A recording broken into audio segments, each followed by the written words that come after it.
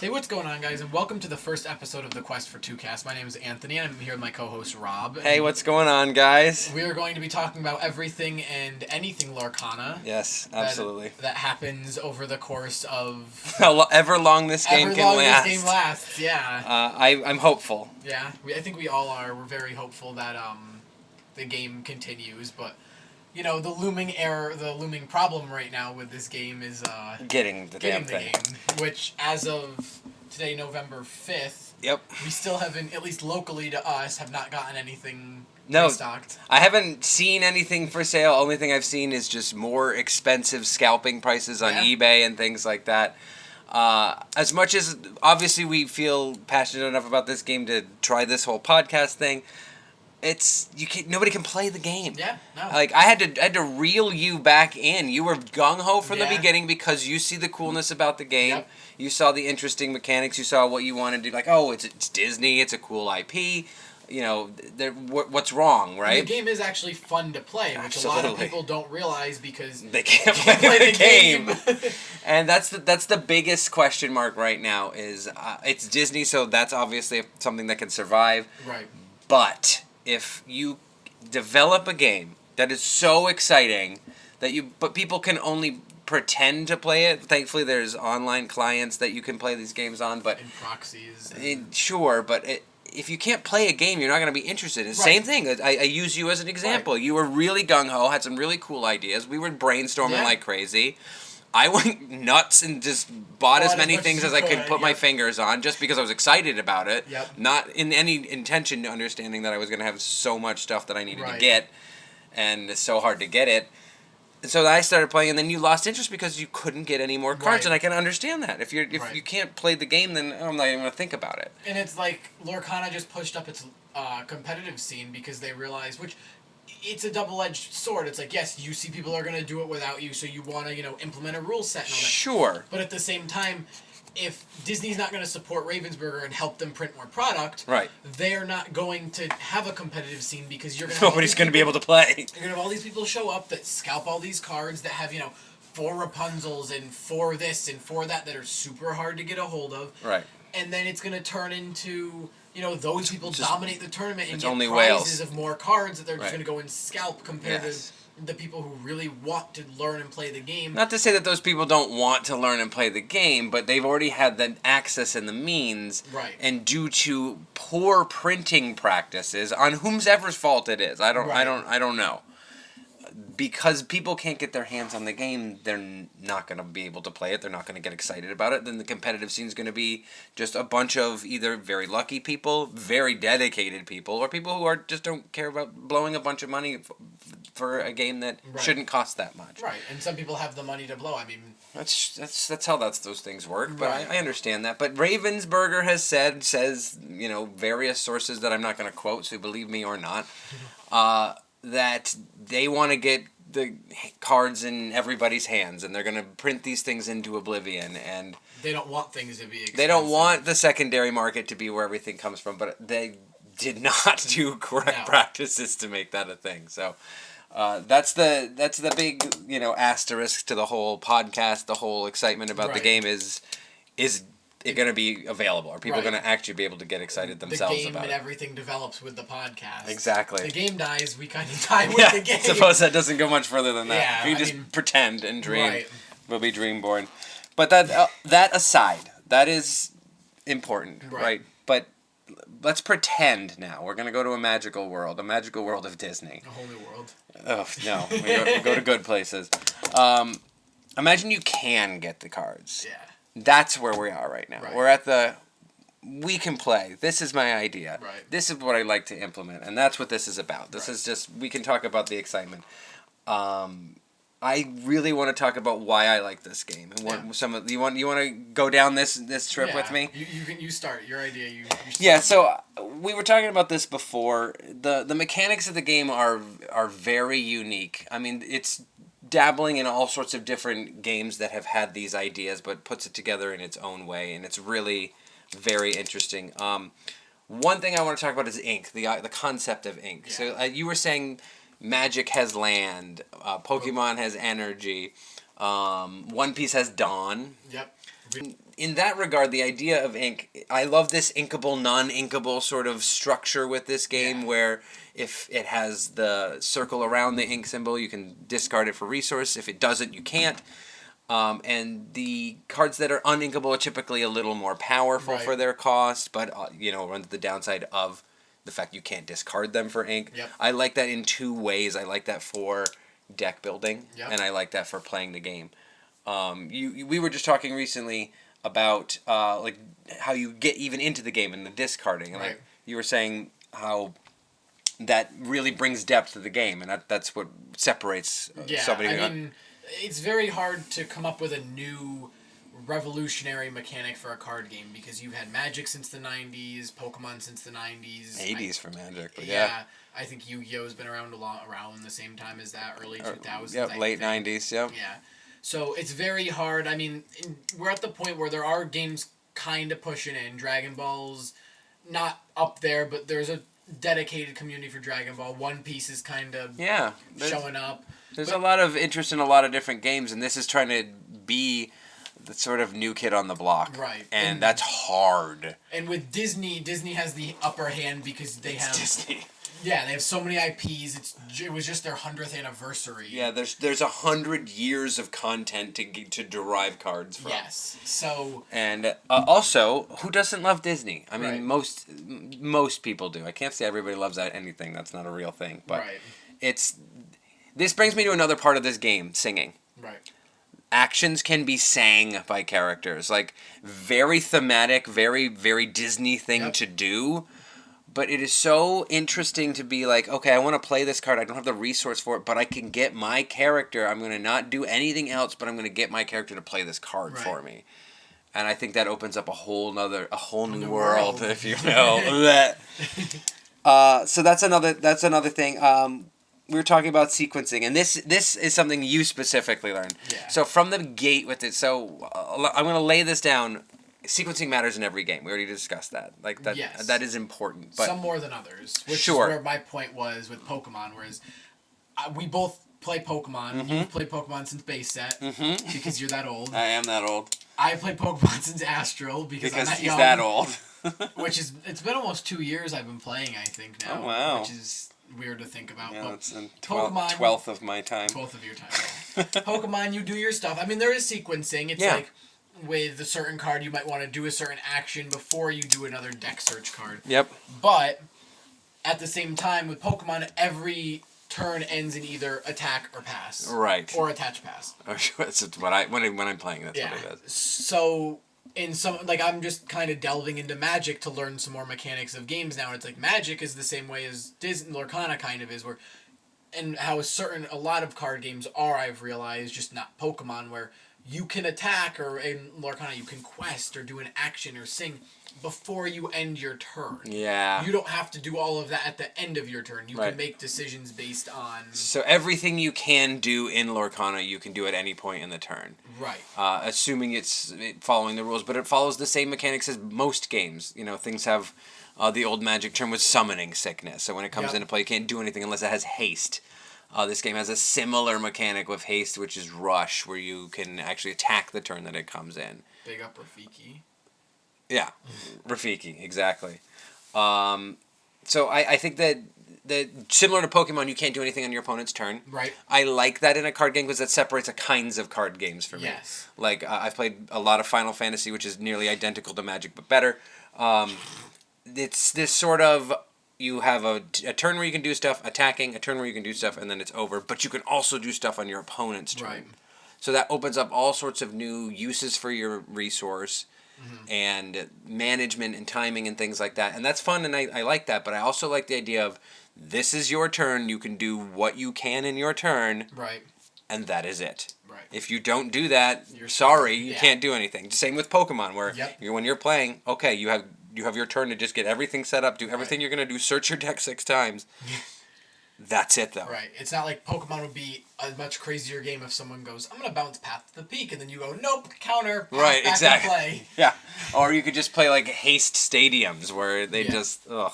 I do with Magic, it is still confusing to me, but I do kind of like the interjection. I don't think it's. No, yeah, it's a different thing. I don't think it would. I don't think it works in Pokemon. Lorcana.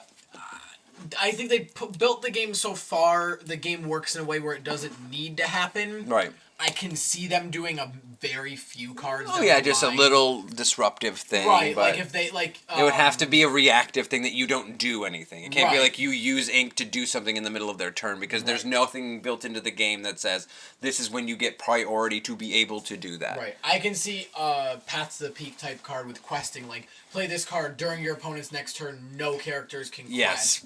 And then, But that's already a thing. Right, kind of, yeah. Well, yeah, Mother Gothel, for instance. Right, I mean like a way that can't be bounced with a Mother Knows Best or a Dragon. Oh, right. Sure, so it's just like a permanent thing for that turn. Right, but it'll be like a 7 cost uninkable, like Be Prepared or something, where it's like, Sure. It's very hard to get into play, but it can very much help you. I just don't think that this game, the way it's designed, needs you to be able to interact with your opponent on the other turn. And kind of the way that it works needs you to not be able to. Yeah.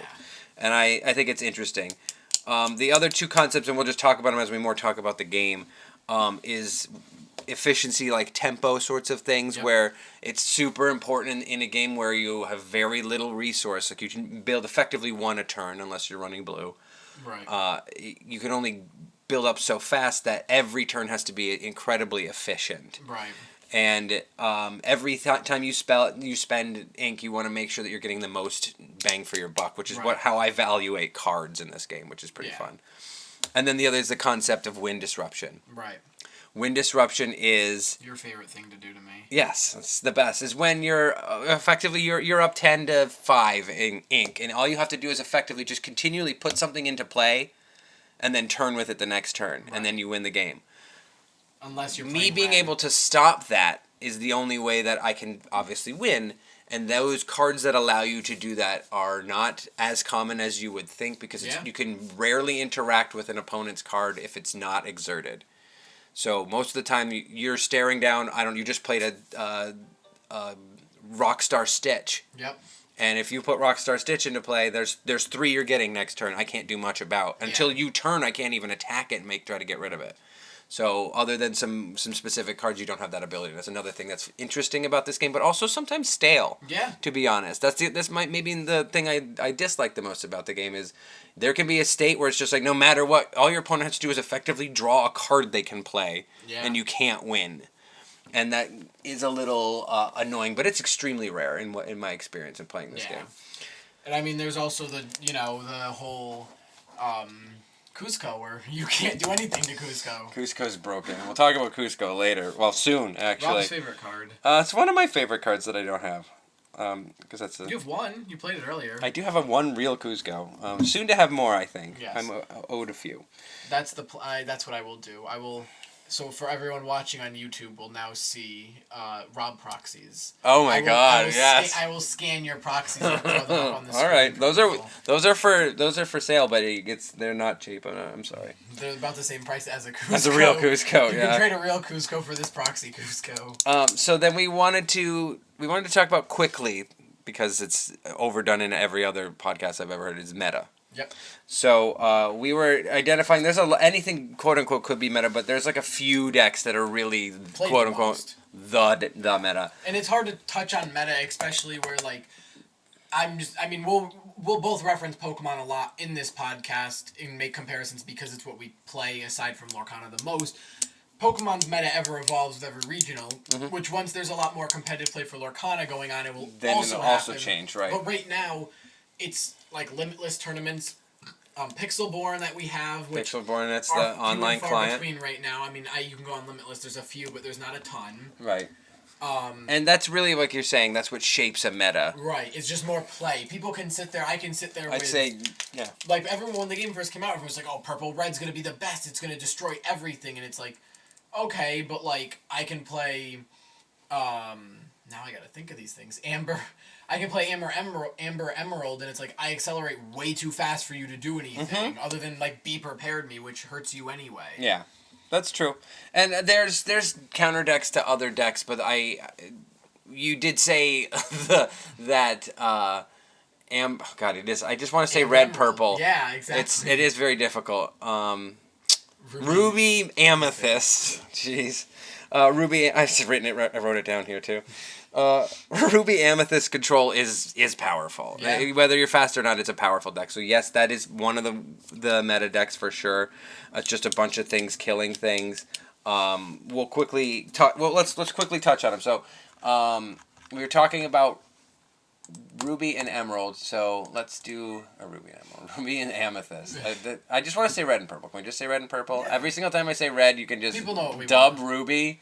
And every single time I Ruby. say amethyst and purple Ruby. are synonymous. Blah. It's just a lot. Yeah. All right. A lot of words that don't mean things. So it revolves around just killing things quickly as fast as you can to ramp up to that you're at 5 effectively. And then you're killing as many things as you want with Dragonfire, which is a fantastic card. Dragonfire is pay 5 and kill a thing, or banish target. Banish a thing. That's awesome. That's win disruption right there. Oh, I just played a thing that wins. Oh no, it's dead. Right. Sorry. Or you be prepared to just So that's the other card. So you get up to 7 and play Be Prepared. Be Prepared is 7, and it's the Lorcana equivalent of Magic's Wrath of God. Is just banish all creatures or banish all characters. Otherwise. Yeah. So. Just a board clear, and you can sing it, which I've never seen it sung, but it is a song, and that. I guess it's not a bad idea if you're discarding everything in your hand or getting. I feel, unless you are doing it, then you're going to play something, and obviously would be the reason you would be singing it. You more likely just want to swing for lore before you're about to kill all your dudes. Yeah. Which is, again, sequencing really helps that you can quest for all this lore and then be prepared, so now they really can't do anything. Because to my knowledge, there's no rush quest cards. You can't rush and quest. You can rush and attack. No, there's nothing that in the game that... Right. Because then also you could just win. Right. So that's why you can get all this lore, either even it out or get ahead, and then now they're playing on the back burner. So that's Amethyst Ruby. Amber Steel is probably arguably one of the number one. I play up and coming especially. I play a variant of it that I love, but I took out 2 cards I hate. That we'll touch on later. Yeah, so we'll quickly talk about what's in that. Lilo and Simba, that's what's in it. Yep. So you start turn 1 with Lilo. She costs 1. She turns for 2. She's a little 1/1. Wishing little girl, and she just gives you so much value for nothing. And then your opponent's like, oh, I can kill a little girl. Psh, that's super easy. All I have to do is play any of my cards that do at least 1 damage, and I can attack her. And you're like, okay, fine. Turn 2, you drop another ink, and then you go what? Lilo, Simba. Enters with Bodyguard. Bodyguard, which is a wonderful mechanic in this game where they can enter exerted, and then they have to be attacked before anything else can be attacked. Yeah. And so you just go Lilo and you go Simba, and then your opponent goes, oh, now what do I do? And you get at least 2, 4, 6 lore out of Lilo before she sacrifices herself. Yep. And I love that. So then you can do Be Our Guest to sing that one for 2 with your lion, and he still protects. There's just so much value there. Which is another thing with Lorcana that I think a lot of people will realize once they start playing the game is you play these cards, you sing these cards, you start singing them yourself. Oh my god. I have never seen a room full of grown men and women just singing Disney songs. It's hilarious. But you do kind of get into the spirit. And one thing I will say to just kind of tip another cap to this game is the art is incredible. Yep. Mind-bogglingly good art. Every single thing is fresh, new art with all the characters you know and love in lots of cool poses and scenarios and outfits and all sorts of excitement. And hidden Mickeys. Hidden Mickeys here and there, just like nods to different areas. One of my I'm looking at one right now, Archimedes. So the name is Archimedes. That's what you used when you're identifying for like shift in things. But then below is what they are, like what their version of the card is, and it's highly educated owl. Yep. Which is just one of the funnier lines of that movie to me. And there's his little house in the back. There's so many little details. It's fascinating. So that was what originally drew me into the game, and then when I finally played it was like, oh, and it's good. And that's what made a big difference. And So let's talk about. So here's something we wanted to do for our first podcast. Yep. We thought this was something that would really kind of exemplify where you and I feel differences or similarities in this game. With your essay that you wrote over there. So I'm an old man. I can't type things. I have to write things down with a quill. Well, I have my typed sheet of just colorful letters. You're so cute.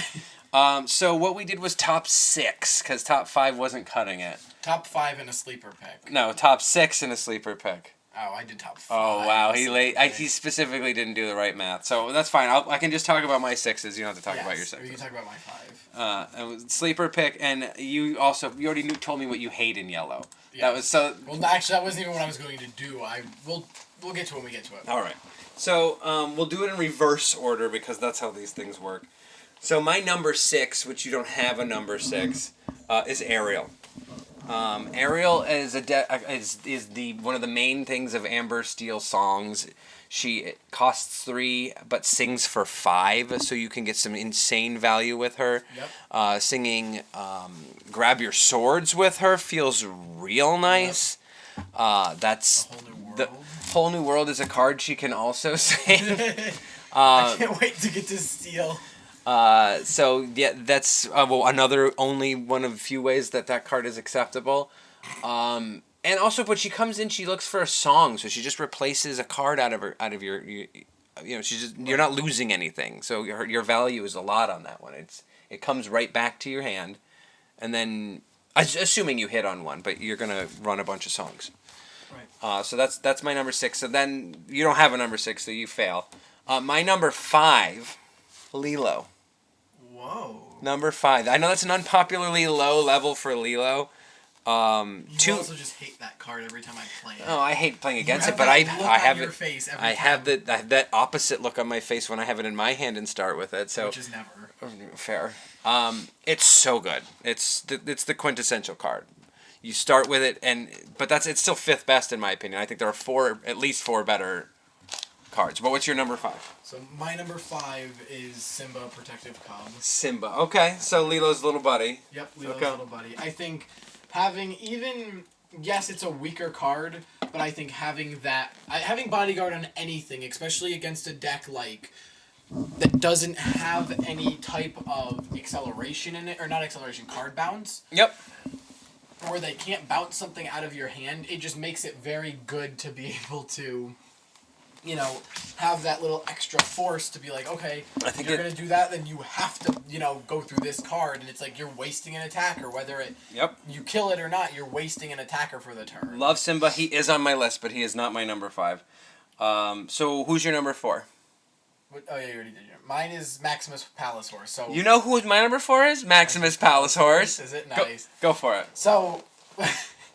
Maximus, I think it's a little chunkier. It's Bodyguard. It has the support, which I think is really good. Exactly. That's where my point was going to be. It makes a lot of cards better, and it is also a good attacker. But towards the end of the game, especially if you're playing a deck where you're ahead and they're not other than they're killing your characters. It's not questing for much, which isn't a huge deal because it's protecting the cards that quest for a lot. Yes. But what ends up hurting you towards the late game is when you want to have these other cards you could have played, like if you're playing Emerald Amber and you could have played Mad Hatter or Cusco or something. Yeah, you would rather have that You'd in that rather have spot. those 3 2-drops than you would have that 1-drop. Even That's though it's fair. protecting them, a lot of decks that play either, Dragon's Fire, Mother Knows Best, just bounce those other cards in your hand or bounce the Maximus. Then it's like, okay, well, now I don't want to play this again because it's a waste of 5 ink if they're just going to bounce something to kill it. Anyway. That's fair. So you brought up all the points that I had thought about. I love this card. I added it more and more of it. I originally had 2, then I went to 3. I think I'm at 4 right now. I'm not entirely sure, but support is the big thing for me on this. Yeah. A 4/5 is awesome. You're killing something with that probably, but you're definitely killing something else if you you Maximus Ariel and you're swinging with a 6/3 fish lady like that does work, and then she's protecting something else, or the horse is protecting something else, and that fascinates me. I think that you hit the nail on the head that it is. It's just a little too expensive, so you can really only use it towards the end, And when you do draw it at the end, if you don't have anything to protect by itself, it's not worth anything. Like if it's your one draw. I do think if the 3/3 Maximus was the one with bodyguard and support, I think it would make it not. It would be a little bit better. It loses a little bit of its bulk, Right. which is what's nice about it. Sure. But it also just makes it easier to get into play. And even supporting for 3, that adds, that makes Lilo a 4/1, Rapunzel a 4/5. Dude, I did kill somebody with a Lilo once. That was really fun. It just makes, all of these cards better. And it's the 4 is nice, but losing 1 for the support isn't a huge deal. That's true. It also, support is when you quest, so it's also questing for 1 to add that support doesn't always feel great. But also you're questing with a bodyguard, so that always Right. feels great. And if you're gonna just quest with a bodyguard, you might as well get support. So I think it hits a lot of boxes. Right. So since you did number 4, I'll do my number 3. My number 3 is 4-cost Hades. Ooh, that is my card I dislike. Oh, we're not there Both yet. Hades So are up there, but yeah. So I will tell. So we'll talk about it later. But as of right now, my number 3 is 4-cost Hades. It's just recursion. Nobody is expecting recursion because there's very little in the game. It's a 3/2. 3/2 kills things. I think that's pretty wonderful. And what's the other thing I wrote? It would be my number 2 if it was inkable. Yep. I think that would fix a lot of the problems I have with it if it was inkable. But so it's not inkable, which stinks, and it's when you're only drawing on inkables when you don't need them, that's bad. But I can't tell you the number of times I've gotten the value of a 5-cost turn where I go Hades, Lilo, pass. And then you're turning for 3 next turn. Okay, they kill everything, that's fine. You just got 3. And they're dedicating resources to kill your guy. You're taking somebody with you, most likely, with Hades as well. Yeah. That's my argument. Who's your number 3? My number 3 is Lilo. We already touched the boxes with Lilo. Okay, so why do you think it's better than 5? Lilo is a very strong opener card. If you Crazy get that card start, yeah. turn 1, you're questing for 2. You get that card late game, you have the extra 1 to play it down, especially with a bodyguard in play. It is fine late game. It makes it 2. And even late game, if you have other tanky guys that have 2 or 3, if your Lilo isn't quested, they're not going to worry about it because you'll quest for 2, they'll kill it. That's right. You normally get a free 2 unless they have a way to bounce it. Yeah.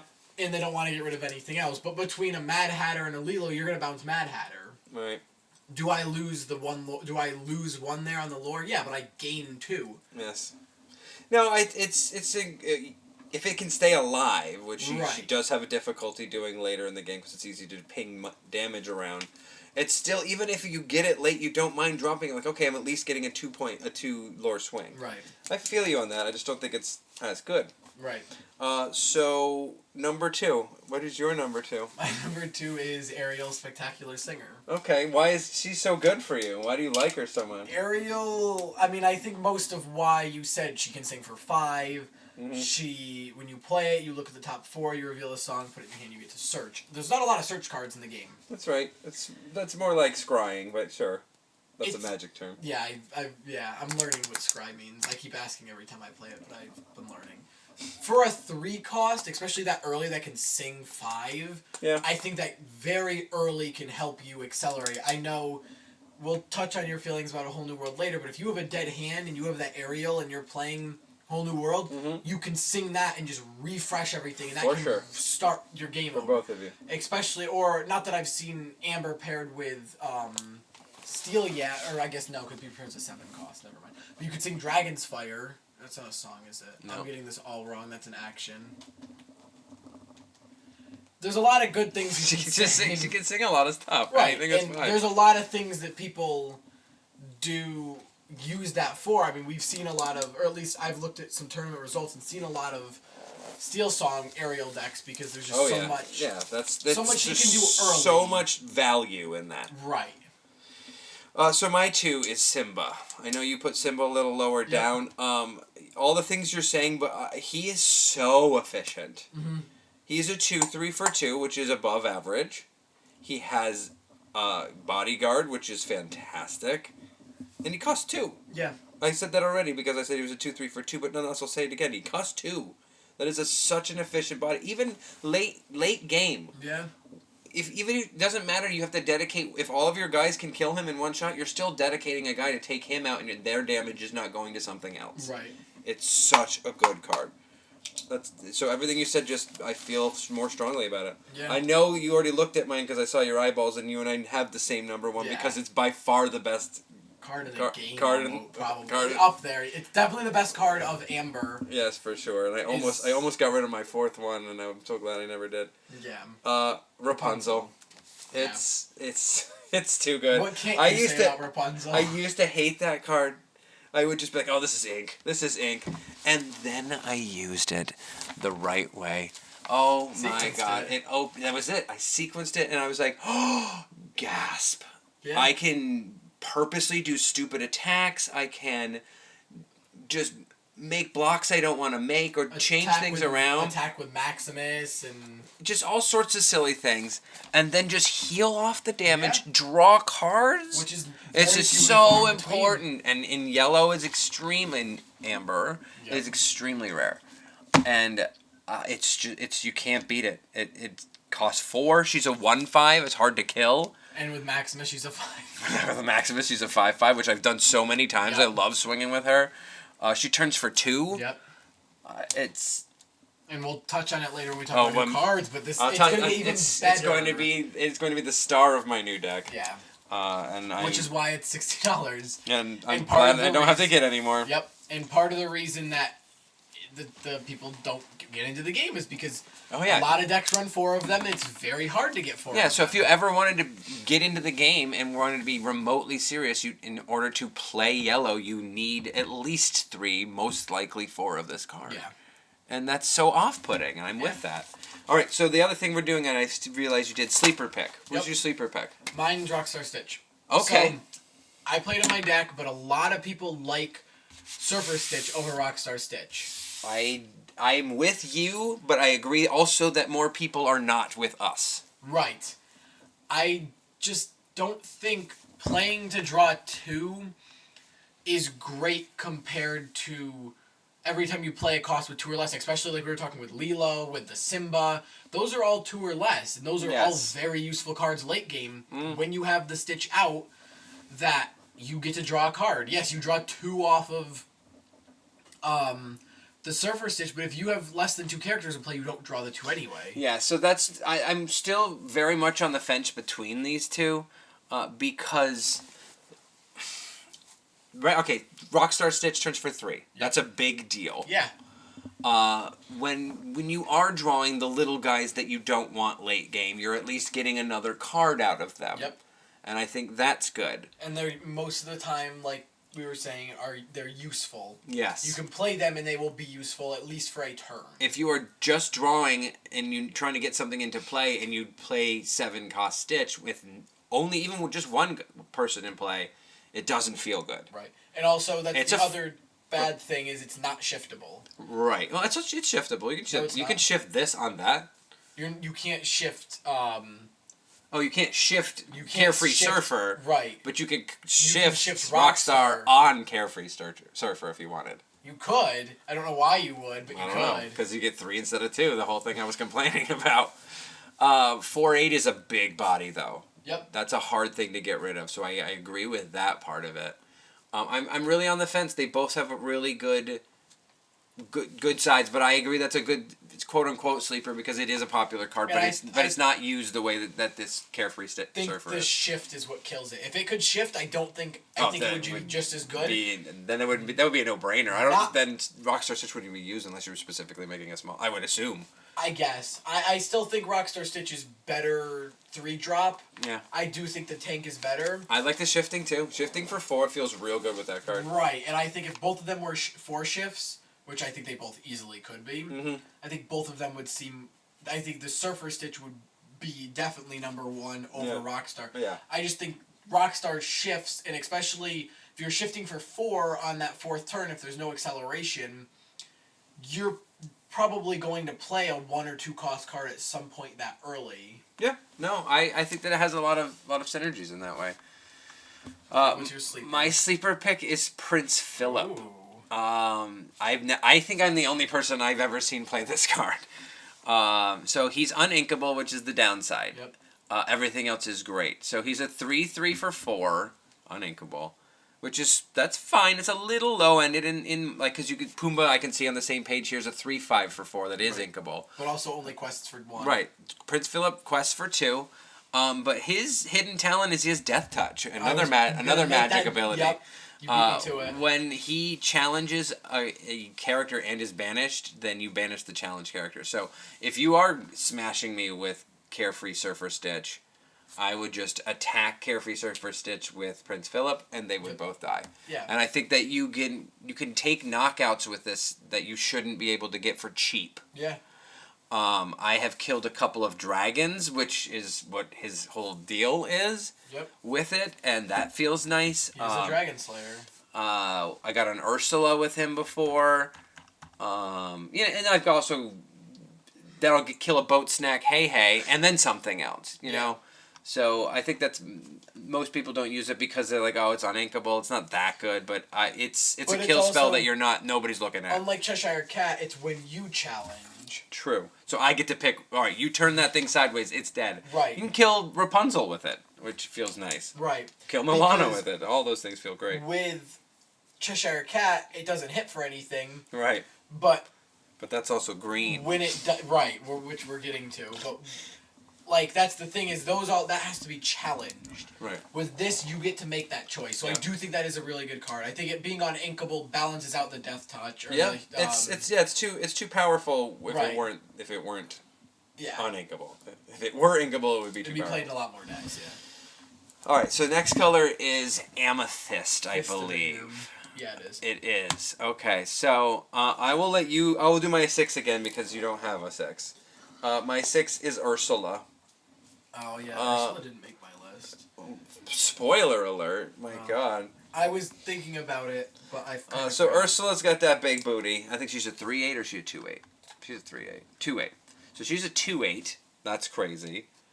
When she comes in, she steals a lore from everybody. So interesting in multiplayer, which is a thing this game is designed to be able to be done. Which I've heard is a lot of fun. It's a lot harder than you would think it is. I was talking to Dom about it earlier, and he said he had a lot of fun. It is a lot of fun. It's just very difficult. So that's and then she quests for 3. So she's really really hard to kill. And she just continues to get you value out of it. So that's another way to kind of steal a round. Somebody's expecting the math to add up and it doesn't, and then now you have a +3. So it's good. It's not great. It's uninkable. So that's where it only made it to 6. But I think that probably would have been my 6th as well. Who's your number 5? Number 5 is Jetsam. Okay, talk to me about Jetsam. So it's partially because I haven't played a lot of purple or Amethyst. Okay. A lot of the starter deck, though, when I first started playing, I bought all 3 starter decks because at the time you could actually buy them. Well, there was a store that doesn't anymore, but did sell everything for MSRP. So I picked up all 3 decks for MSRP because why not? No. So all 3 of those decks for MSRP, played around with a lot of them. Really liked the Amber Amethyst. I had the word, I just forgot it. Really like the Amber Amethyst. But I think that with my number 4 on the list, which I guess I'm going to kind of give away. Go for it. What's your number 4? Number 4 is Flotsam, which I guess to me they're interchangeable. I think being able to have Rush and Evasive with both of them being played. So you basically play Flotsam, then you play Jetsam. Because Flotsam gives all of your characters named Jetsam Rush. So you play the Flotsam down. Then you play the Jetsam, you rush, so you can attack that turn with both of them, and they both have evasive, so only other evasives can hit them. That's pretty cool. Which is, I think... I've never played with both of them in play. Flotsam is uninkable, which is why I have it under... Right. Or I actually have it above Jetsam, because Rush is better, but I do think... uninkable makes more sense, because Rush is a lot... Evasive is very good. Rush is just like, if you play something, you're... gaining Rush, but you're also gaining Evasive. Right. So you can attack with one, quest with the other, but then neither of them can be hit unless you have something with Evasive, which... Yeah.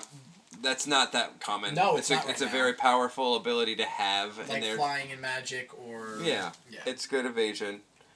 So then I guess we'll get on to mine then. So my 5th, speaking of Rush, is Rafiki. I really like him. I have actually just remade a Amethyst deck because I wanted to work around him.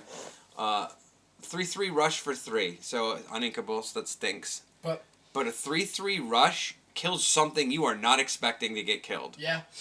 Because you're like, oh, you don't even have anything in play? Fine. You're just like, blop, Rafiki. It's also one of the things that I realized unlocks purple, blue, and purple, or whatever, amethyst, sapphire, and amethyst, ruby. Whew. This is going to be hard. I think it's so powerful just to kill something out of nowhere. And normally they're going to revenge kill you, so you're going to kill something else. Right.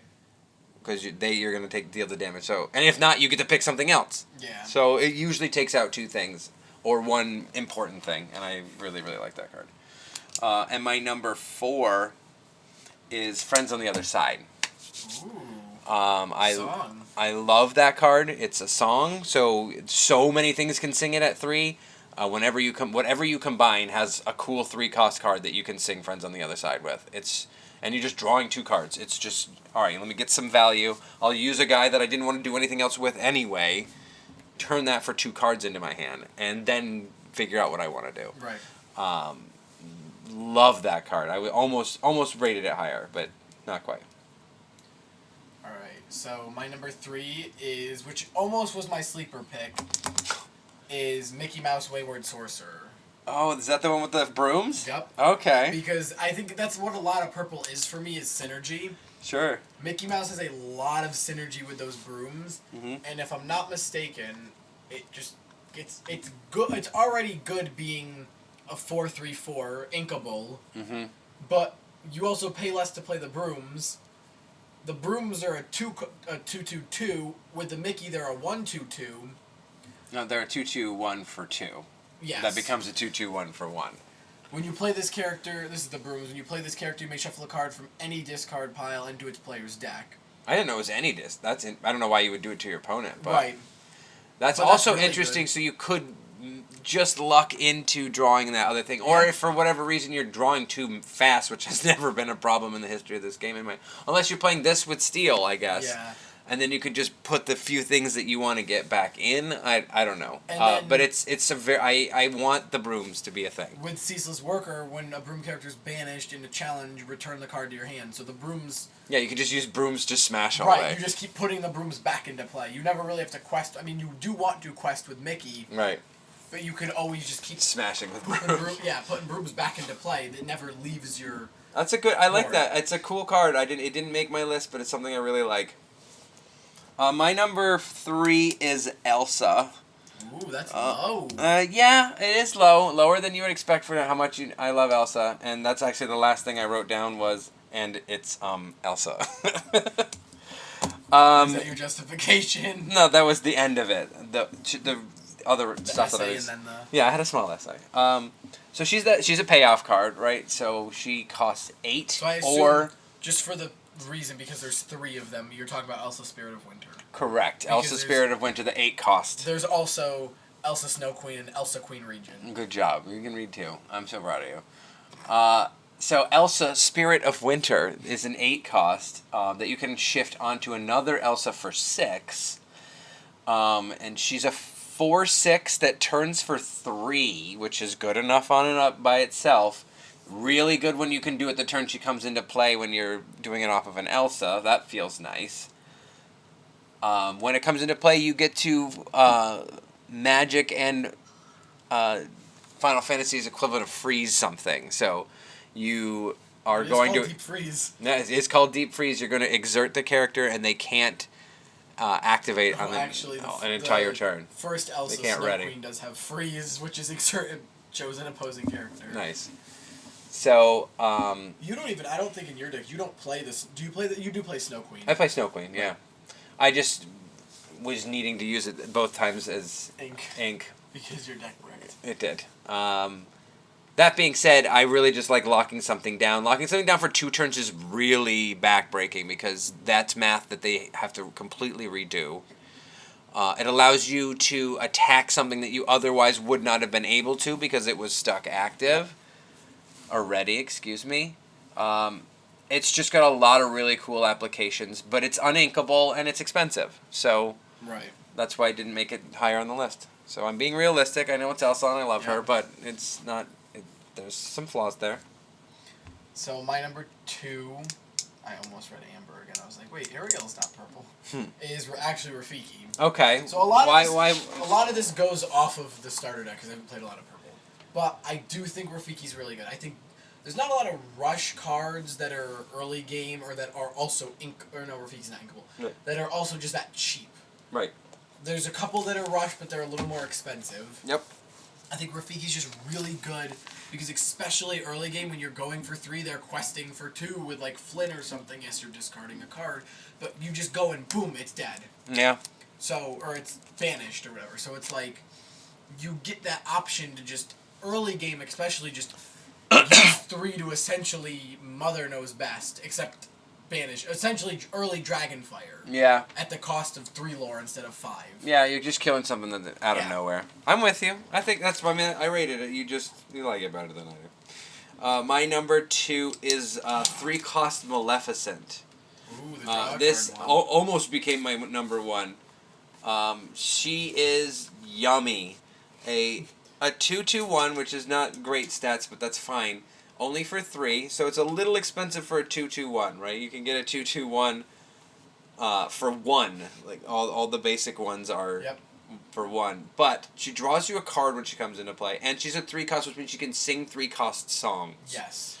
So you bring her into play, you get an extra card. It feels a little bit better because you a little bit overpaid for her. Yeah. Then the next turn you turn her to sing Friends on the Other Side, and she's drawn you 3 cards and has not used that much, and then you just dispose of it in some way. Yeah. Kill something, make them use any number. It doesn't matter. She did what she needed to do. Right. And that's why didn't make number 1 on the list, because it is a little overcosted for a 2/2/1, but the value you get out of it is just so good. I'm shocked you didn't have Lilo Maleficent on the list. That is literally just Lilo. We're not there yet. Oh. Alright, so my number 1 is the Elsa. Okay, so what makes her even better than what I think she is? I just think being able to exert something when it comes, especially 2 cards, when it comes into play is very big. Especially against certain decks that aren't getting into that just have a bunch of big hitters out. Yes. Being able to prevent them, especially unless you're playing Ruby where it can ready again with the Shield of Virtue. Right. You don't have a way, so sometimes you can just lock people out of doing anything other than playing new cards, which can sometimes buy you a turn and help you win a game. That's true. Okay. Yeah. I see what you're saying. I do think Maleficent would have been over. I honestly kind of forgot about the Lilo Maleficent when I was like going through the list, so I think that would have been my 6th. Okay. On the list. It's over the Ursula. Because it's just Lilo it's but just purple. Lilo but purple. Right. Which there's no bodyguard to play with it, which is why it's objectively worse than Lilo. Right. So my number 1 is the Cauldron. Ooh. Ursula's Cauldron. Drawing is very difficult in this game. Yeah. And purple is the best at drawing. And what the Cauldron allows you to do is seed what you're going to draw. Right. And choose if you want to draw it. Right. So you get to pick, instead of every time you're about to draw a card with one of these cards, it's pick from your top 2 cards which of these 2 you would like. Right. And I have even seen Virtue to having 2 in play now that I finally have because it's just the way the cards were going. It's very, very, very interesting, and I think it absolutely allows you to craft the game to what you need to get. I mean, it's only out of the top 2 cards, sure, but you were only going to look at 1, so now you can at least get some ideas out of 2. Right. And there might be just a dead card on the top of your deck, and then you just put 1 on the bottom, and you get a good card on top that you need for the following turn. So yeah, that's my number 1. I feel that it's too good, but it's uninkable. So that's it's not perfect. But it's also a 2 cost. Yep. I think, right? Yeah. It is. So I think that makes it a lot better because those cheaper, like the Maleficent or the Lilo, like I don't think those are terrible because they're not big cost uninkables, and I think that's what big cost uninkables have to be worth it because, and we'll get into that with Emerald, but I just don't think big cost uninkables are really worth it, especially if they're not super useful, because if you get stuck with them early, you can't do anything with them. You can't ink them. The cheaper ones, you can just play them down. They're out of your hand. That's true. I don't. And I also you can also discard them to. Yeah. You can discard them to Flynn. So what's your sleeper? So my sleeper is. It's between two, unfortunately. It was this because nobody uses it. Yep. But my actual sleeper that I picked is the Jafar. Ooh. This basically 5/5. Wicked Sorcerer. Jafar Wicked Sorcerer is for 4. He's a 2/5/1. But when he's got Challenger +3, so he swings for 5. That is a big boy at 4. It's a 5/5. So I've had a lot of success using him when I had my more aggressive purple build. Yeah. And I've never played against one, but I think it's something that people could examine. Yeah. Because Challenger, it's not impressive most of the time because they'll just hit you back and they don't take much damage, but he at least has a 2. Yeah. So he's at least smacking back a little, but swinging hard and probably surviving at 5. Yeah, I think Jafar Keeper's Secrets, which gets +1 for each card in your hand, will get better over time when there's more card draw. Yeah, I agree. But I think until that happens, I do think that is definitely a better of the two. I forgot to mention my overrated Amber card. We didn't do that. Oh yeah, what's your overrated Amber card? My overrated Amber card is, and this is bad because it's actually going in my next deck, but Just in Time. I've seen a lot of people try to play that.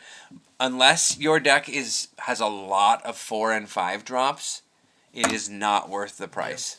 I think mine was between both of the Hades. I think the 4 cost is... Oh, wow. I think it's good. No, you don't. I play it in my deck. No, you don't. Yes, I do. Why do you hate it? I think it's nice to get a card back from your discard. It's crazy good. But I don't think I ever use it that late in the game because I have other things I want to ink. I don't think... The 4 cost it makes it good, but it's uninkable. And especially early game, if none of my things are in the discard and I just need to play something to have another body... Well, that's the downside of every non-inkable card. I don't even mean that. I just mean I think its ability is good. It's just not at the point where it's useful enough yet. Because if... I've had games where I have, like, a Hey in my discard. I don't want the Hey, it's dead. I was using the Hey early because I had it. And it's like...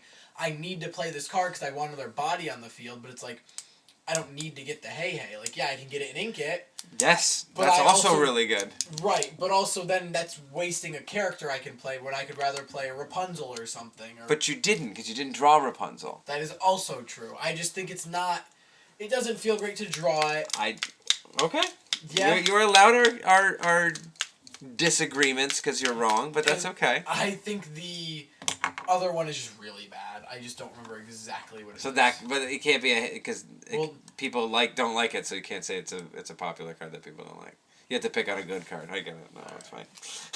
What's your purple overrated card? Originally it was gonna be Elsa because until I realized how good Elsa was. My overrated card, and even though I guess it's not a super played card, I just think it's a little overrated, is the Tinkerbell. It's alright. It's uninkable, 5 cost, a 3/3 with evasive, which is really good, which when we get to my sleeper pick, we'll talk about evasive. But a 5 uninkable for something that's not great is just one of those things that I think a lot of people think it's good. I've seen like maybe 2 decks that have it in there. Yeah. I just don't think it's worth it. It's overpriced for what it is. It's overpriced for what it is, and there's better in other colors, which That's we will fair. get to. Alright, so I did interrupt you. What is your sleeper pick? My sleeper pick is Pascal. Ugh. I love Pascal. I know you do. Tell Pascal's me why you so love good. Pascal. It has evasive. You can play it early, even though it only quests for 1. You play it early, it has evasive. If you can't, which there's not a lot of evasive. If you're not playing an early evasive card, which there's, other than Pascal, I don't know what else there is for early evasion. There's no other turn 1 evasive. Yeah, no. so I'm questing for at least 2 to 3 before you get something evasive out. I suppose. I don't see the merit in a 20 turn clock. I'll take it. It doesn't... I see people play it and I get the tiniest bit frustrated that I can't actually kill it. I was playing against you earlier. I had 19 normally lore. care that much. If you can't kill the Pascal, that's my last lore. Sure. It's a good sleeper pick. It's absolutely good. What is your sleeper? My worst card in the set pick, or not worst card, Yes. but the one that I've seen use I think is terrible is Zeus. I've not seen anyone use Zeus. I've seen it. I've played against it a lot. I don't know why. I don't think it's great. I don't think it's terrible. It's a 0/4 that turns for 2. It's an uninkable 4 cost. It's got Rush. In Challenger. Challenger. So it's a 0/4 and it gets +4 Rush. So it's a 4/4 when it's attacking. So the problem, what I don't like about Rush, and that's something we'll talk about in another section, is if you don't have a body back, then it doesn't help you. Yeah. Or excuse me, Challenger, not Rush. Rush is great. Challenger. If I'm attacking you for 4, great. But when you come back to finish me off, you're not taking any damage. Right. You're not getting another kill out of it. Right. Which is why Rafiki hits for 1 less and Quest But for it's 1 still a less. 3. But it still hits It's a back. 3/3. Right. Yeah, I would rather play Rafiki every day of the week over this. Yeah. So that's Amethyst. Yeah, I know. We'll just pick it up here. But we also had to talk about some other things. Yeah. And less of that needs to happen. All right, so Emerald. 6. My number 6 is Mother Knows Best. It's a great song. It costs 3. It allows you to disrupt a win.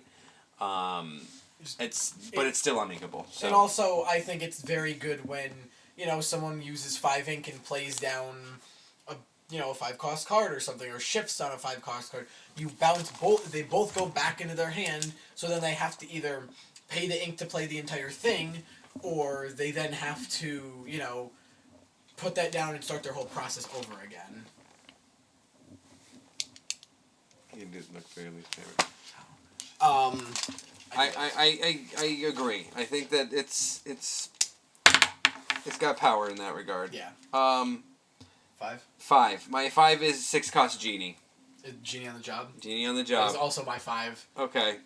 Evasive is what we were just talking about. Yep. It's rare. It is uninkable. It is uninkable. Yeah, so that's why these things don't make it towards the top of the list. But the evasive is nice, and also the bounce back into the hand with disappear, which is just Mother Knows Best is built into it. Right, which we were just saying I like Mother Knows Best. So Yes. I like that. There are sometimes with that card I feel when I'm playing it there's nothing I want to bounce because I just don't want them to have that come into play ability. Which is why it says you don't have to. Right. But either way, if you're not running the 2-cost this isn't the. It's not shiftable. This is not the shift one. Excuse me.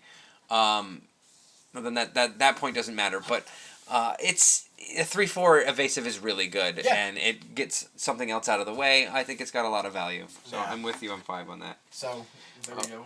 What's your 4? My 4 is Mother Knows Best. Okay, so not as what makes it a little bit better than the way I feel it. I just think it's budget Dragonfire. Okay. It's nice to be able to bounce. I think the bouncing is what can help win games or slow people down from winning games. I like the idea of it being budget Dragonfire, and it's a song. So right. It can also be sung. That's also why it's a little higher. That's a cool way of thinking about it. I like that. Especially with so much evasive in green, which we'll get to when we talk about other things. Like especially with the Genie, like you can sing that with Genie, and then Genie can't be hit unless it's by another evasive. So you can bounce with Genie, next turn sing with Genie, and you're just disrupting. Yeah, and they will have nothing in play. Yes. That's always fun. My number 4 is Cheshire Cat. Ooh. Cheshire Cat is a 0/3 for 3, Inkable. but he does turn for 2. And you're like, oh wow, 0/3 that turns for 2, that's really neat. Yeah, because if something kills it, whatever killed it, as long as it's a challenge, whatever challenges it gets banished right along with it, because it just goes, oh, come with me into this weird universe that I disappear into. Yep. And so it's just value. They have to deal with it, or you get to turn with it for 2, which is a common theme of cards that I like in this color. My 3 is Jasper. Ooh, that is not my 3. I love Jasper. So Jasper turns for 1, which is great. He costs 3, which, so far nothing impressive. He's a 2/4, which you will see in a lot of situations is a very good set of numbers. Yep. And when he quests, something else cannot quest. And locking down these big things that can't quest, like Your Lilo, your 1/1 Lilo can't quest. All right, now what are you gonna do? Attack me with it? Right. No, it just sits there and does nothing. So it just locks things out and turns things off. And it's kind of like a budget John Silver in that regard. But it's a lot. It's a pain in the butt to get off the field. It's a 2/4. Yeah. I just love that card. So What's my your number 3? 3 is Mad Hatter. Mad Love Hatter. Mad Hatter. Okay, why? Turn for 3. It's Love a 2/4, which isn't impressive. It's a 5 cost inkable. But every time it's challenged, you draw a card. With 4, especially that early, there aren't a ton of things that are one-hit killing it. So you're at least most likely. And honestly, I don't know how many times I've had a Mad Hatter killed and I forget to draw a card. Well, but that's a you problem. Right. But just being able to draw a card in a format for a game right now that doesn't have a lot of drawing cards, it feels really good to be able to just get damage, draw a card, and especially if it stays on the board. Yeah. And if it's paired with like Rapunzel and you heal it the following turn. Healing it with drawing so many cards. Very, very good in Amber. Right. Yes, because you draw a card off of that, you heal from whatever. That's which big I think money. would be a little more broken if it was whatever this character's damaged. Because then Right. it'd just be, I'll attack you, draw a card, heal the Rapunzel. Well, you can also just damage it yourself. Yeah. Yeah, that would be silly. I really wanted to put that card on, but it did not make it. Yikes. So my number 2 is Flynn. Similar to what we were saying about the cat, he turns for 2. So he only costs 2. And he is a 1/2, which is not impressive size-wise, but he just keeps turning for 2. And more importantly, when he is challenged by anything, it doesn't have to be killed, he has to be challenged. The challenging player has to discard a card. Discarding a card in this game is crippling because it's so hard to get cards in your hand. Sometimes. How many times has somebody just been swinging with a Flynn and you do not kill it? Yeah. Because you don't want to discard a card. Or you have like 2 cards in your hand and you need them for what you want Exactly. You can't do any. You just, and that's what I said. This is what he does. He turns for 2. And you just keep doing it every turn That's and all he make does. them earn it. Make them have to discard the card. I love that card. I think it's so hard to kill that card. Are we on number 1? We're at number 2. My number 2. Oh, what is your number 2? My number 2 is Cheshire Cat. Okay, so I use it too much for it to be any lower than number 2. Okay, that's fair enough. I mean, it's a good card. Yeah. All right, and we have the same number 1. Oh, really? Is it Cusco? It is Cusco. Yeah, Cusco's broken. What, Like, if Cusco's not your number 1, you're playing the game wrong. you don't know how to use the cards. So Ward number 1 is the main reason why he's so terrible. Be prepared is the only thing that can wipe him off the board, and that's just because it's all characters. It's not being specific. Or you can play 4 giant Tinkerbells or 2 grab your swords. Yep. Either way, it is so hard to just burn this thing down. And then finally, the one way you usually can interact with it is through combat. And whatever thing is the one that deals the final blow, he also takes with him. No touchy. And turns for 3. It's so good. So much value. And this is what I was talking about, win disruption. This is what wins you games when you're playing green. Yeah. If you're playing Emerald and you are at 16 and you drop a Cusco, you are going to 17. And there's nothing they're doing anything about. 19. Also math. Yes. Regardless. And then now you only need 1 more, but you're turning a big turn. There's nothing they can do about it unless they have, like you said, one of these big plays to knock it out. You can't interact with it to make it so you can attack with it. Yep. You can't even use Elsa to turn it so that you can attack with it. You just can't do anything about it. And that's it. Yeah. What more do you possibly want? All right. So what's your sleeper pick? My sleeper pick is John Silver. It's just, it prevents things from being able to attack again, which is we're saying if I could target Cusco would be a great thing, but any of these other things that your Mad Hatter are just like, okay, well you just can't attack with it. Right. So you have to come in at me at significant disadvantage, right? Right. And then you have Reckless, you have to attack with it. Right. No, you were saying I can't attack. Oh, I'm sorry, well, you can't quest. Yeah, okay, Correct. So you can't quest because you have to now attack me. And he's a 5/5, so I'm just like, all right, I'll swing with it. Dies, yeah. So I have not used him yet, and I fully intend to. He's my 6th. He was the one that I was gonna put on the list and just missed it. He's really, really very interesting. My sleeper is Tinkerbell Most Helpful. Back like the purple one, but a lot better. It's 4 cost. Oh yeah, It's inkable. I love that one as well. It's got evasive. It's just better. That's great. That's a great card. When you play it, also another character you have gains evasive. Which is so rare that it matters, but when it does, it feels so good. If they have, especially if you're in a mirror with something that also has Emerald, if they have the genie, you can give, your John Silver, give him evasive, and then he can knock out the genie. Right. So it's like, it has these applications. Evasive does end when you end your turn, so it doesn't stick, but it is very useful as support, especially if your opponent is playing something with... It just allows you to get that final move on something that they would not expect them to be able to. Right. Also messing up math. Yes. What's your least favorite? Mine is Mother Gothel. Wow, why do you hate Mother Gothel? I don't think it's terrible. I think while it's exerted, it can't quest, but I don't think it's great between Mother Knows Best, Dragon's Fire. There's so many ways to bounce that card up and just negate that effect. That's true. For a 6 cost, also just feels like a lot. That's a good point that I didn't think about. I mean, it's tanky, but once it's off the field, especially paying that much for it, it doesn't do anything. That's a good point. I could easily just change those Mother Gothels to John Silvers. Yeah. I think I would like my deck more. You're right. I'm actually now hating that card. Yeah. You've converted me. My hate card is Hatter. Wow. Now I love Mad Hatter, but I hate Mad Hatter at the same time. I'll quickly tell you why. I almost exclusively ink this card because it's just I don't ever get it when I'm like at 5. And if it was a 4 cost, I would be playing it all the time. If it was a 6 cost, I might be playing it all the time. But at 5, it just feels like this is not the right card to play when I need to be playing it in all the decks that I've had in, which is only 2 to be fair. Yeah.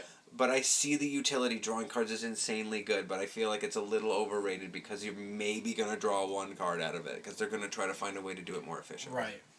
But as we said earlier, it is more likely to. It's a good card, but it does, I don't think it's never loved me, I guess.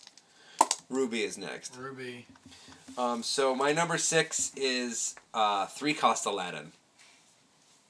When he plays, each opponent loses a lore. So you wait to play this thing. Like, oh, you don't have a lore yet? I'll just keep this in my hand. I love erasing the first lore somebody gets. It feels bad. Yeah. And also, it can steal games. Yeah. Like... It's discouraging. It puts them in that, kind of control. And they weren't ready for it. Yep. I think my number 6 probably would have been the Daredevil Goofy. Okay. Evasive. Yes, another evasive that nobody sees. Yeah, I love evasive. Not a big tank body. It's got a 3/4, but again, with evasive, there's not a lot of evasive. Yeah. I just think anything with evasive, it's a later game card. It only turns for 2, but if you're turning for 2 with evasive, hey, what's up, Zozo? It just makes it so much better. It makes it worth it. You're also not fearing it getting killed, and most of the evasives are smaller than 4, so they got to get hit twice. Yep. He's got to get hit twice to really make anything happen. So I think that's cool. My 6th was we did that. So 5th.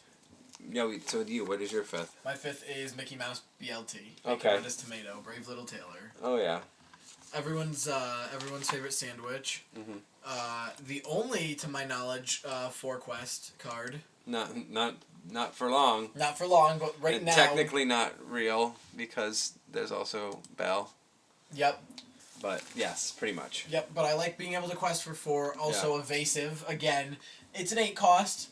It hurts. But it's 8 inkable. So if you draw it early, you just pitch it. And also, evasive is just... I mean, evasive on a card that quests for 4 is insane. If you have no answer to evasive... Well, yeah, even if you do have an answer to evasive, it's not a strong enough answer to evasive. It's a 5/5. The only thing is hitting it multiple times, or if you using the green Tinkerbell to give something that's strong enough evasive. Yeah, so it's very hard to deal with. Once it gets into play, it's pretty much there. Yeah. It's turning for 8, probably, and that's huge. That's chunky. So I'm with you on that. He did not make my list. He was the last one that did not make the list. My number 5 is the Shield. Ooh, I do love the Shield. Shield did not make my list. So it is a 1-cost artifact, Shield of Virtue. You pay 3 to ready a character, and then it can't quest. So you can't just abuse it and get a bunch of extra quests out of it.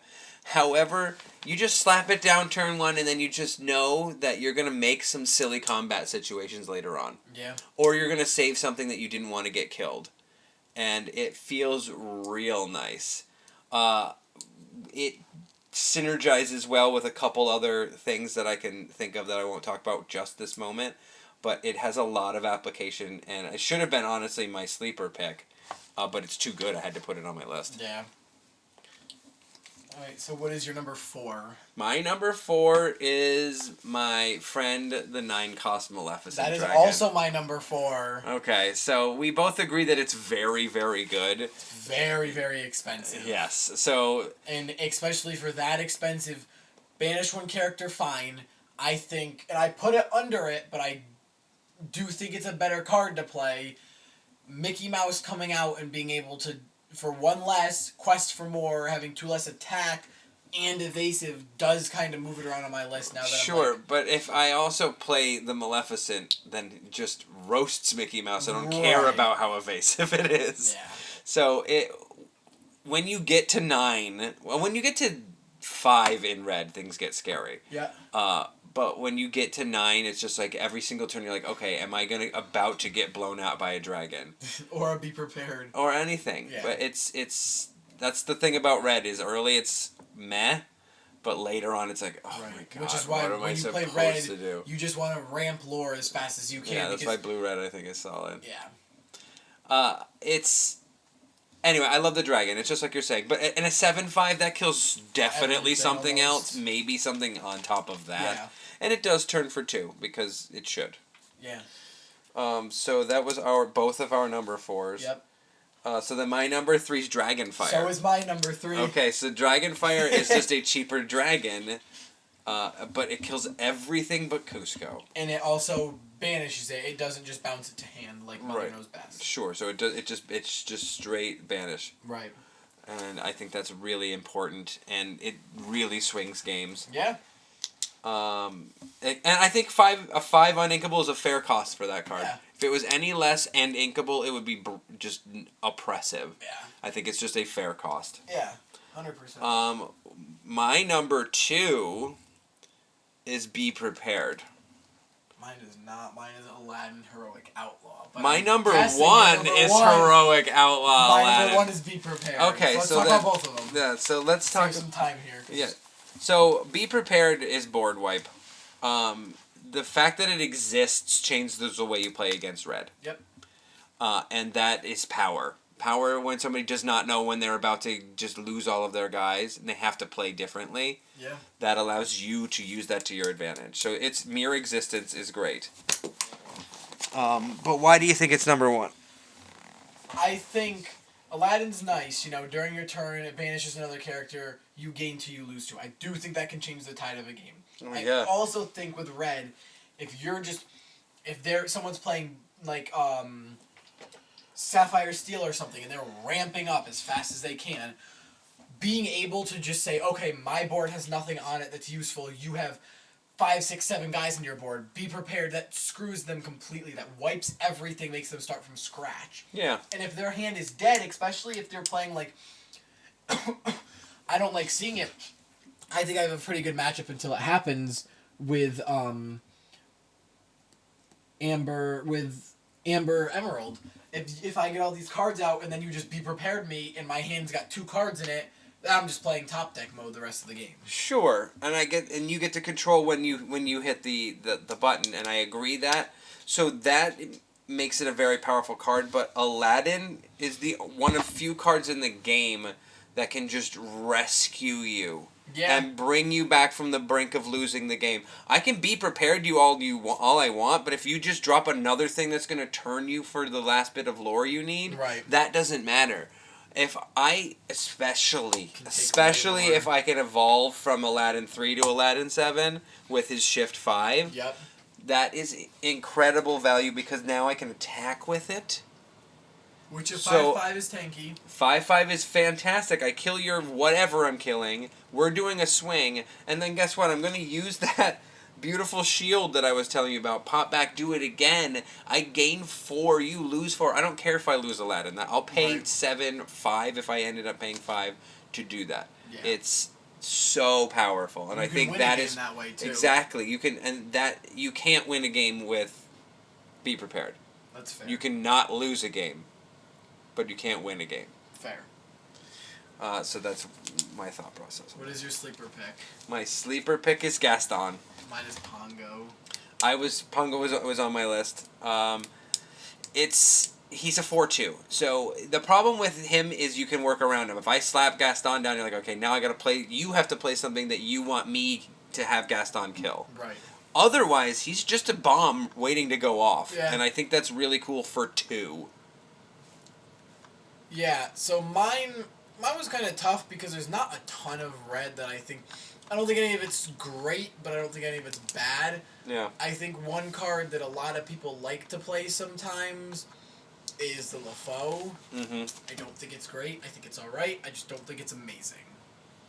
I don't see a huge reason for people to play it. I think it's alright. You can ready a chosen character they can't quest for the rest of the turn. Yeah. Which is nice, but I just don't... especially later game, it's nice. I just don't get the appeal of it. Mine's gonna be an unpopular one. My disappointment card is Maui. I see a lot of people run Maui, and Maui is a solid card. Right. He's 5. He swings for 6 whenever you. That's crazy. Rush Reckless. Most of the time, and I can't think of many times it's happened to me. But whenever you're playing against us, he's killing 2 things, which is worth 5. Don't get me wrong, but he's not getting to pick 2 things. He's gonna kill something and be exerted and damaged, and he's gonna be finished off, and he always is finished off. So 2 for 5 is good. I'm not saying it's a bad card. It is a good card, but it doesn't suit me. Right. All right, and last but not least. Second to last but not least. Sapphire. My number 6 is Philoctetes. Oh, that is on my list for my sleeper pick. Oh. Okay, so, yes, it's probably a sleeper pick because nobody used it, but I think it's even more powerful than that. He's a 3/1, and he has support. Which is the reason it's good. Is the support. Yeah, the support is why it's good. But he's a 3/1 for 2, so he can kill something as well. Yep. But he could just power something silly up. Make a Mickey a 4/3. It's silliness. And as you can see that you picked it as your sleeper pick, it's just it's underutilized and very powerful. What's your number 5? My number 5 is One Jump Ahead. Okay. A lot of ramp. I think a lot of actually almost all of my thing is based around ramp. I just think blue is ramp to me. Like blue, if you want ramp, if you want to get lore in your Inkwell fast, ramp is where you want to go, and blue is ramp. So I think what the best qualities blue has is ramp. So One Jump Ahead, it's uninkable, which hurts, but also it's a 2, so you're inking something anyway. You don't get to see what it is, which does kind of suck. Yeah. I also picked One Jump Ahead, but it was not my number 5. My number 5 was Let It Go. Let It Go is a wonderful song by a wonderful lady, but more importantly, it gets rid of anything that you can target. Yep. It just, goodbye.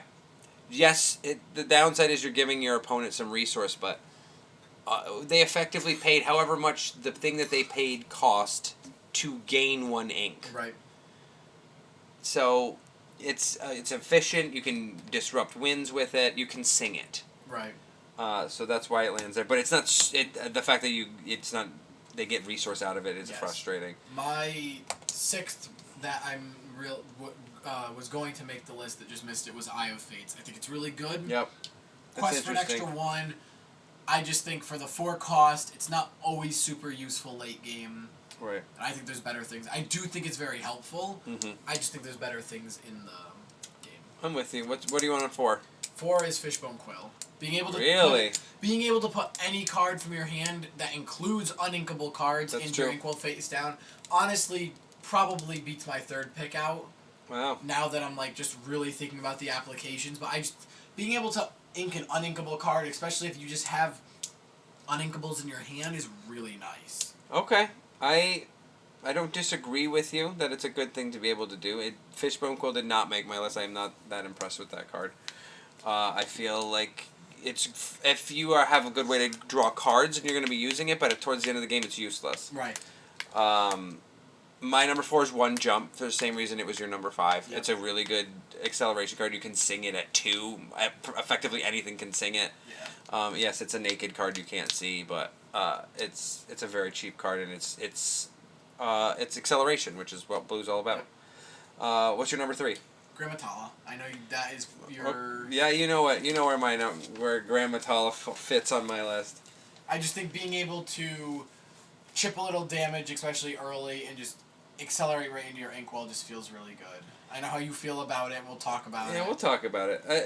I lots of people run it. I even run it. It's not impressive to me. Yeah. My number 3 is Hades. Hades. 7 cost Hades. He is silly. Infernal Schemer. You bring him into play and he does a Let It Go. So Let It Go costs 5. He costs 7. So it's Let It Go and get a 3/6 that turns for 2 more. It's uninkable, so that's bad. But it's blue. You're gonna accelerate with Sapphire very easily. Yep. And it's just getting rid of things all the time, and I love it. So my number 2 is the Detective Mickey Mouse that gives you the 1 jump ahead essentially. Okay. Yep. Very good. Spoiler alert. That's my number 1. Ooh. What's your number 2? Aurora. That is my number 1. Okay, so we did it again. Yeah. So, alright, then let's quickly go back to it. So, Mickey Mouse is my number 1 because it is the quintessential blue card. Acceleration card. You put it into play, you accelerate. It's just, you're putting a body on a solid body, a 1/3 that can do all sorts of different things. Sing songs, can get supported, just turns for 1. It doesn't matter. Puts a little damage on something, finishing something off. It's a great body for 3. It's uninkable, yeah, sure, that's the downside, but I don't know a Sapphire deck that's not going to run at least 3, if not 4 of this card. Yeah. It's such easy acceleration. I always want to play this on on number 3, if that's turn 1 or turn 2, whatever it is, or turn 2 or turn 3. I absolutely want to be playing this. So I stuck it at 2 for the reason of I think giving all of your characters ward is very good. Mm-hmm. And I think that is very useful. I think Mickey's good. I do agree with you about the support, but being uninkable is fine. You get the ink anyway when you play it. Yeah. But being a 1/3 just doesn't feel great. It's nice to get the ink. For 3, sure. Not being able to ink it and not being able to deal a ton of damage with it doesn't feel great. I understand. I'm not opposed to that, and I love Aurora. That's why she was my number 2. Ward is oppressive. Yeah. And so now you have to kill her you have to go through her, then everything else. Yep. So you have to target her first. She becomes a lightning rod, and she's a 3/5. Yeah. And you can also shift her. Yep. And the 2 cost 1 is great. Yeah. So I'm with you that it's a fantastic card. I don't think Belle is a terrible card. I don't think it's better than Aurora. Mm-mm. I do think having 10 or more, you quest for 5 is really good. Sure, it's great with Ram. late game. But there's no Late game. Right, that's a very late game that you get that out. So you said your sleeper was Philoctetes. Yep. My sleeper is Coconut Basket. Coconut Basket. And really that's going to be a theme of my next crazy deck, which we'll talk about on the next podcast at this point. It's putting something into play and then healing 2 things for 2. Yeah. I believe. I want to make sure that I'm on the correct coconuts here. Yeah, whenever you play a character, you remove up to 2 from 1 character, whatever. You can heal it. You can heal a character for 2. You have 2 damage on something a lot of the time. And all you have to do is play something to heal that damage, and it synergizes with a lot of other things, and it's in play. If you have 2 coconut baskets, then 2 things are getting healed, or 1 thing's getting healed for 4. It's just value training. Yeah. My other sleeper pick I wanted to pick was the Scepter that gives things support. Yep. That is, I put that in my water deck at 2 of almost always because it's Water. Sapphire. What's your poo-poo pick? My poo-poo pick is the Hades. Why do you hate Hades? I don't hate Hades. I just don't think this is a good card either. An uninkable 7 cost that helps your opponent out. Every time you play that card, I've it's not been. I'm mad you got rid of the card, and then I'm like, okay, cool, thank you. Now I have one more ink to put another card onto the field. Sure, but you spent however much, and I just got rid of it and still have a body on the field. I think it's better than the yellow Hades because it's definitely it's a body. It quests for 2. I just think putting cards in you don't know what's in your opponent's hand is the problem. You can ink it. Yeah, but I know what the opponent played that I have to deal with. Right, but they might have I play something like Lilo, and you use that on my Lilo or something. Okay. You're helping me, and then I can play something bigger next turn because I'm one step ahead now. Sure, I get that. I don't love the whole let it go theme of like you put it into their inkwell, but it gets rid of things. Right. My poo-poo pick is Grandma. Grammatella stinks. I use it because it's just what ramp exists right now. Yep. But it does nothing when I play against it. If somebody has a Grammatella and they're just questing, I knock your socks off. I don't care. Yeah. Then they have to waste their turn. Well, not waste their turn, but use their turn attacking my guy to knock her out, and that's fine. And she's a 1/1 for 2. Yeah. I get that it's acceleration. It's just not good acceleration. Steel is my favorite color. Yep. So we know that. We will get to that. What's your number 6 if you had to pick one? My number 6, if I had to pick, would probably be Prince Eric. Prince Eric's very good. I love Prince Eric. Prince Eric is my number 5, so I'll talk about him in one shake. My number 6 is Grab Your Sword. It's a fantastic song. That's a lot higher on my list. It can blow people out. It costs 5 and is uninkable, and if you don't have Ariel, it rarely feels good playing. So that's why it's so low on my list. Fair. But you can do some serious things with it and have some blowout turns. Yeah. So that's why it's on my list. I just don't. It's not good enough for me. If it was 4 cost and all did all those things, it would be overpowered, I guess. But it's I guess appropriately powered, but doesn't feel powerful enough for me. Right. But Eric is my number 5, and he's fantastic. Yeah. I just started we've using talked him. about it before. Since we're going a little over than what we thought we were going to have for time. Yeah. It's another challenge, which we'll talk about a lot of Challenger, but it gets 2, so it basically makes it a 3/3 when attacking, which for a 2 cleans up a lot of things early. Yes. It's very, very just... that I love killing a Simba and being alive to talk about it. Being alive to tell the tale. It's really good. It's really, really, really good. What was your number 6? My number 6 was... Oh, you did that. Yeah, you did. Oh, number 4... Or number 5 for me is Fire the Cannons. Ew. Okay. It was almost my sleeper pick, but... Okay. Yes, it's uninkable, but it's a 1 cost and you deal 2. Especially early game. Yeah. If you have nothing that you can get out of the turn, it's 2 damage to something. It kills a Lilo, kills a Simba, or it doesn't kill a Simba, damages a Simba. Finishes off a lot of things. Finishes off a lot of things, I'm especially with you on late that. game when you have damage on something. It's only good if you run the Captain Hook that lets you get them back. Then it does not, because you don't feel that you're getting out of it. Okay, so, well, my number 4, that was your number 4, right? Yep. My number 4 is Smash, the better version of Fire the Cannons. It does 3 damage, which is notably better for a lot of different reasons. It does cost 3 against your 1, I understand, but it is inkable, although it feels bad to ink a Smash. Yep. It's a better number. I tried Fire the Cannons when I first started playing it. I felt the 2 got short so many times, and then I would have them in my hand and I wouldn't be able to discard them. But Smash got my number 4. Number 3 for me, 1 cost Captain Hook. Same reason. That was my number 4, yeah. That's Forceful Duelist. You skipped over my 4, but it's okay. I thought you just said you did a number 4. No, my number 5 was Fire the Cannons. Oh. Number 4 was Forceful Duelist. Okay, so that's Hook, that's my number 3. Yeah, so it's the same thing as the Eric, except it's a 1/2 instead of a 1/3. And you can do it on turn 1. Yes. So you can it's just sitting, you have a kill spell in play, ready to go.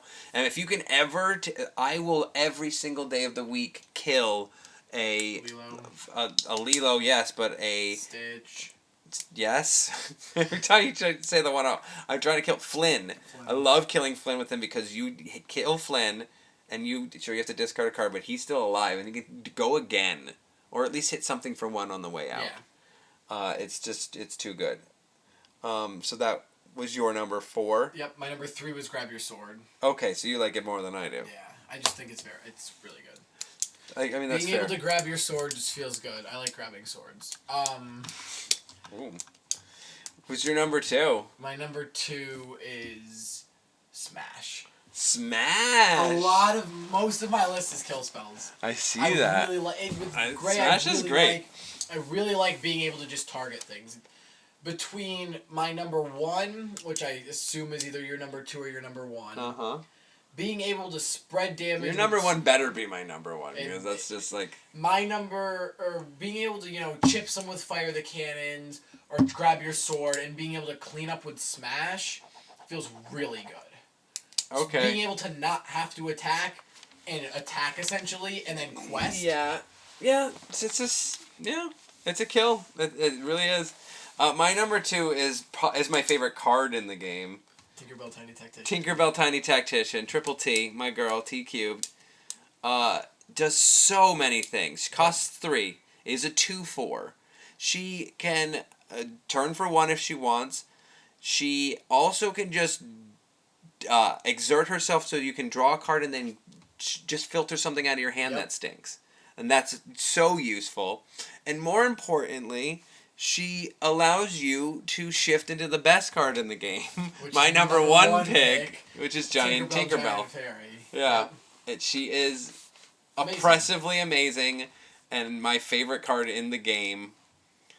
And the only one I haven't enchanted of. Yeah. Which I need to get 3 more of. You shift 4, which is, again, which is cheap for how good a card so it is. So cheap. It's a 4/5. It's inkable. Yeah. When you play it, you deal 1 damage to each character, and when you banish another character, you deal 2. So, at a 4/5 especially, you're definitely killing more than one thing. Yeah. And definitely killing more than one thing with your sniping around on the bench as well. Yeah, it allows you to take silly, overpowered swing turns. Yep. Early in the game. Mm-hmm. They're I'm established with all these things. I go, all right, turn 3, I put Tinkerbell Tiny Tactician. Yep. The other person's off to the races. They're turning. Yep. Turn 4, I drop another 1. I go down with her. She takes out Lilo for 1, then puts 1 on who cares? Puts one on the. Oh, here we go. So we're playing against your deck, Lemon Lime. You got Lilo. You have the Simba. Thank you. You have the cat. Your normal 3-card setup, and you're just turning dudes sideways. Yep. I only have her. I can still play the Tinkerbell down, which automatically kills Lilo, puts 1 on everything else. I can attack the Simba, kill Simba with Tinkerbell, and then Tinkerbell's ability finishes off the Cheshire Cat. Yeah. I killed 3 things with 1 dude. Yep. It's too powerful. Yeah. So, what's your sleeper pick? My sleeper pick is 4/2 3-cost Lilo. Ooh, that's also my sleeper pick. Is it really? Yeah. That's a hidden Lilo. You guys didn't know that there's also a turns for 2 Lilo in Steel. Actually pretty good. It's really good because she'll take somebody with her, if nothing else, and she's turning for 2. I protect her just like I protect the other one in my deck. Yeah. It's really underutilized and can knock something out if she really needs to, or continues to turn for lore. It's really impressive. It's funny that we think the same. What's your poo-poo pick? Poo-poo pick? You want to say it at the same time? Is your poo-poo pick the same as my poo-poo pick? Yeah, it is. Whole New World? Whole New World. That's actually my number 1.5. No. I was going to do that joke, and then we did the whole thing. But yeah, no. Whole New World. Bad card. Unless you're playing it against me, then it's a great card. Love that card if you're playing it against me. I have convinced Ant to come to the dark side about Whole New World. Everybody disagrees with me on this except for him. Whole New World is a bad card, ladies and gentlemen. I just want you to understand this. Now, unless you are playing... If you're playing Sapphire is what I'm trying to think of. If you're playing Sapphire and you can get all sorts of crazy amounts of ink into play and you can a Whole New World and then play a bunch of stuff on top of that, yes, then it's a good card. If you can sing it for 3 with Ariel and you played a bunch of stuff and I still have a bunch of stuff in my hand, okay, it's a good, but that's exceedingly rare. Right. every other instance of you guys playing it, you're making the wrong move. When you have one card in your hand and your opponent has one card, giving both of you 7 is not a good idea. You're not. Yes, you're getting more ideas, but they're also getting. Now, mind you, if you're all the way behind, you have nothing else you can do. You have to. Fine, but then if you're behind, you're just gonna keep yourself further behind because now they have 7 cards that they get to use.